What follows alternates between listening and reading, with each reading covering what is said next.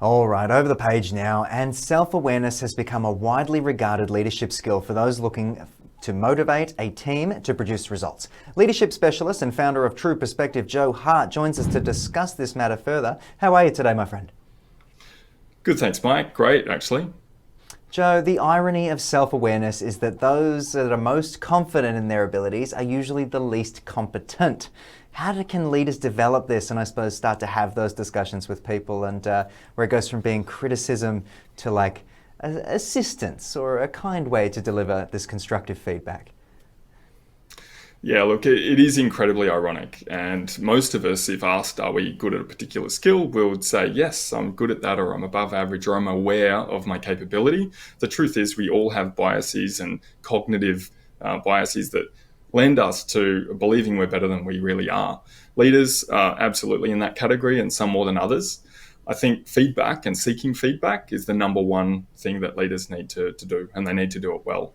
Not only can they ask for it, or should they ask for it, they should accept it, and that's quite difficult, especially if you don't agree with it or it's not nice feedback. Accepting the feedback is a must. And third, you've got to action something. You've got to do something with it. Otherwise, people will stop going there with you and stop providing you those insights. So, yeah, that's probably why it's important and Yeah. what you should do.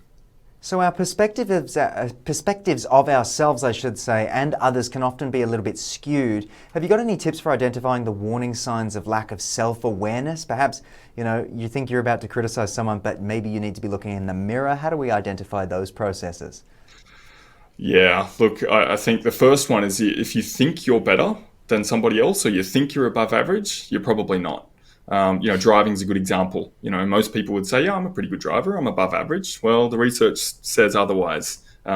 There's obviously not everyone can be above average. So that's one warning sign. If you get this sense that you're already there, yeah, that's probably, yeah, you're probably lacking awareness. A lack of connection with people. If you find that your ability to really establish connection and go deep and understand and for people to open up with you is quite stilted or it's just not happening, and especially in a professional context, I'd say that's people fearing being honest with you because no one wants to be that bad guy that enlightens you to what everyone else can see and you don't know. So that lack of connection is them withdrawing from you. And if you feel really separate from the team, say you're within a team or maybe you're the manager of the team and you feel like you just don't quite fit or you're not in the loop, you're always behind the eight ball, so to speak, that's probably a good indicator that people just aren't bringing you the truth. And yeah, awareness is low in your case, therefore it's going to be a difficult conversation for somebody to have with you. Yeah, so how does this impact bias in the workplace, I suppose, when you're working in teams of people or you are in fact a leader who needs to speak with a team member? Yeah, so in terms of bias, I mean, it's all around us. We're all susceptible to it. Ageism, racism, sexism, these are all implicit biases that, interestingly, when you ask somebody, are you ageist, sexist, racist, of course they're going to say no. But we all inherently are. Implicit associations are within us. So acknowledging that we are biased, that is the first step. 100% you are biased, we all have them, and it's based on our background and what we were conditioned with as growing up. So just accept that, it's true, and you need to work with it. The second part is then, like I said initially, going back to getting feedback on those biases that you might have, which prevent you from seeing that which everyone else sees, but also, I think, prevents you from being experienced or seeing how people are experiencing you. Now, the trick is to consciously do that, not unconsciously do it. And the only way to do it is to get feedback on that behavior. So I think that's how it impacts bias. It really highlights it, but it's important because that conversation that we have around bias is so prevalent and so important. We all need to take a look at ourselves, and this is ultimately self-awareness.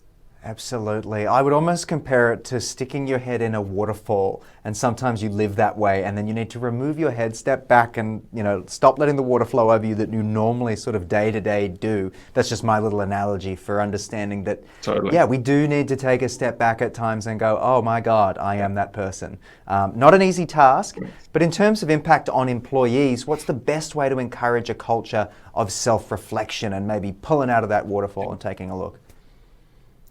Absolutely. I think giving people that opportunity to take the time to self-reflect. We're such busy people. We've got such busy environments thrusting upon us, so many things, phone calls, always on, always connected. That's just not conducive to self-reflection. There's no time to actually consider, what is it that I could have done better? Or how could I have done that differently? So giving yourself and your staff that chance to take a step back from the waterfall and think, okay, what is it that I could do differently? That is, I think, critical. Secondly, I'd say leading with those questions, right? So leading with the questions and asking somebody, so how did you find that went, right? How was the meeting? How was the presentation you just delivered from your point of view, right? Get them to self-reflect in that moment and demonstrate to them the power of what self-reflection does for them, but also for those around them, because it benefits everybody. Journaling is a great activity to do, and asking leaders to journal. And so if you're a leader of a team and you want people to journal, do it yourself and share that with your team and be open and authentic with those reflections. And that's going to demonstrate the power of it, but also bring you closer to your team and build more trust.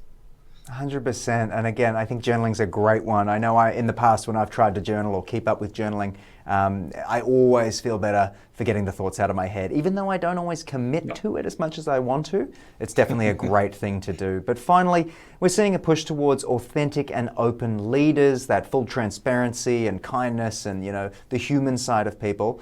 Are there any dangers with this that you might note or that you've seen in the past?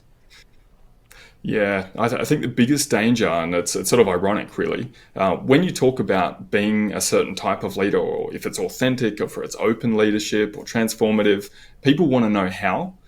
So they want the formula. How do I do that? How do I be authentic? And so the danger is that they try and be too formulaic with it. And the truth is there's just no formula, Mike. And I think you get this. It's really about being honest with yourself, understanding your past. And as I've recently written in my book, it's about going there in terms of your past and liberating yourself from it, self-disclosing to self-discover. And once you do that, it enables you to show up in a really genuine, honest, authentic way. It may not feel comfortable, but that's important. I think the second one, and this is a lot of people fall into this trap, and that is to fear the consequence of being really open and honest. Right? They think they're going to get exploited, or that people are going to use it against them, or it's just going to be a terrible outcome. It's career suicide. Correct. Now, that's fear talking, right? That's fear talking, and I'm not saying it's easy, but when you let fear talk for you, actually, you never can know what that outcome will be because you never do it, and then you never get to test that hypothesis that you had. And people typically just go into that, well, I know what's going to happen. It's not going to be good, so I just won't do anything. And then I'll just sit in my inauthentic way of being. So they're the two things that I'd say they're risks. And second one, obliterate it. The first one, there's no formula. Do the work.